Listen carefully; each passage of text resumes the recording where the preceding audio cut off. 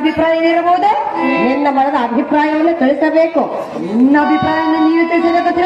ನನ್ನ ಅಭಿಪ್ರಾಯವನ್ನು ತಿಳಿಸಿದರಲ್ಲ, ಯಾವಾಗ ಹೇಳುವುದಿಲ್ಲವೇ? ಓದಿಸಿರೇ ನಿನ್ನ ಅಭಿಪ್ರಾಯ ಏನಿರುವುದು ತಿಳಿಸು.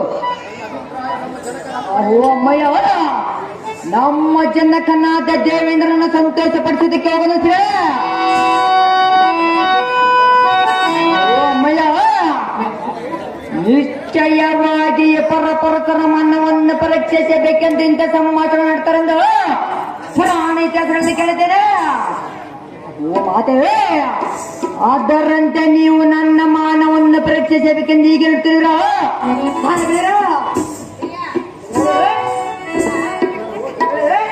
ನಾವು ಹೊರಗಿಳಿದು ಬಂದರೆ ನೀವು ಅದು ಈ ಜನ್ಮದಲ್ಲಿ ಸಾಧ್ಯವಿದ್ರೆ ಸಾಧ್ಯ ಮಾಡಿಕೊಳ್ಳಬೇಕು. ಎಂದಿಗೂ ಸಾಧ್ಯವಿದ್ರೆ ನಾವು ಕೇಳುವುದಿಲ್ಲ. ನೀನು ಕೇಳಿದ್ರೆ ನಾನು ನಿಮ್ಮನ್ನು ಬಿಡುವುದಿಲ್ಲ.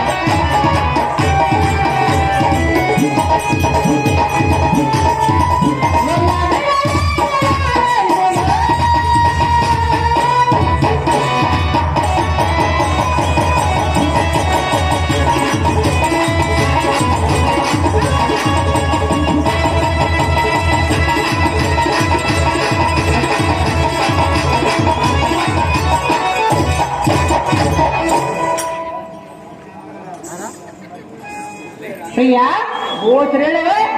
ನಿನ್ನನ್ನು ಕೂಡಬೇಕೆಂದು ಹೊರಗಿಳಿದವರಿಂದ ಬೆಳಗ್ಗೆ ನಾವು ಓಡೋಡಿ ಬಂದಿರಬೇಕು. ಓ ಮಾತಿರೋದಾಗಿರಲಿ, ಎಲ್ಲವರ ಆಸೆಯನ್ನು ತೀರಿಸಬೇಕೆಂದು ಬೇಡವೆನು. ಕಂಡಿಯ ನೆಲ್ಲ ಕೇಳಿಲ್ಲ ಸಲ್ಲ. ನೀವು ದಾರಮುದು ಮುಂಚಿತವಾಗಿರಲಿ, ನಾನು ಮನ ಬಿಡ್ತೀರ. ನಾವು ದಾರಿಂದ ಕೇಳ್ತಿರ್ವಿಯಾ? ನನ್ನ ಹೆಸರು ಊರ್ವಶಿ, ಅವಳ ಹೆಸರು ರಮ್ಮ. ಊದನ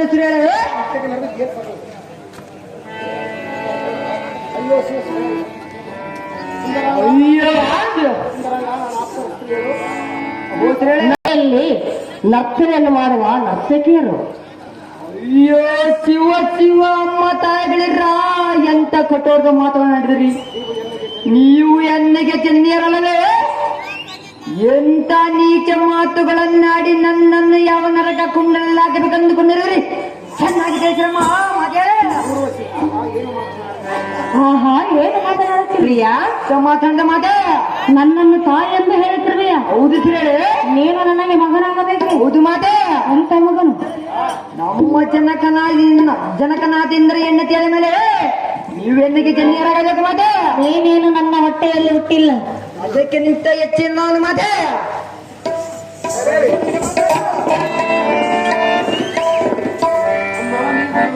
ನೀವು ನಮ್ಮ ಜನಕನಾದ ಇಂದ್ರನಿಗೆ ಎಂದಿರಲ್ಲವೇ? ಹೌದು. ಅಂದ ಬಳಿಕ ನೀವು ಎಣ್ಣಿಗೆ ಜನ್ಯರಾಗಬೇಕು. ನಿಮ್ಮ ಉದರದಲ್ಲಿ ಜನ್ನಿಸಿದಂತ ತಿಳಿಯಬೇಕು. ತೊಟ್ಟಿಲಲ್ಲಿ ಹಾಕಿ ಹೆಸರಿಟ್ಟ ಮಗನಿಂದಲೂ 10 ಪಾಲ ಅಂತ ನೆರಬೇಕು. ಹಾಲು ಬೆಣ್ಣೆ ನೆಟ್ಟು ವಯಸ್ಸಲ್ಲವರಿಗಿಂತ ಎತ್ತಮಾಯ್ತು ಅಂದ ಭಾಷೆ ಮುಳರೆ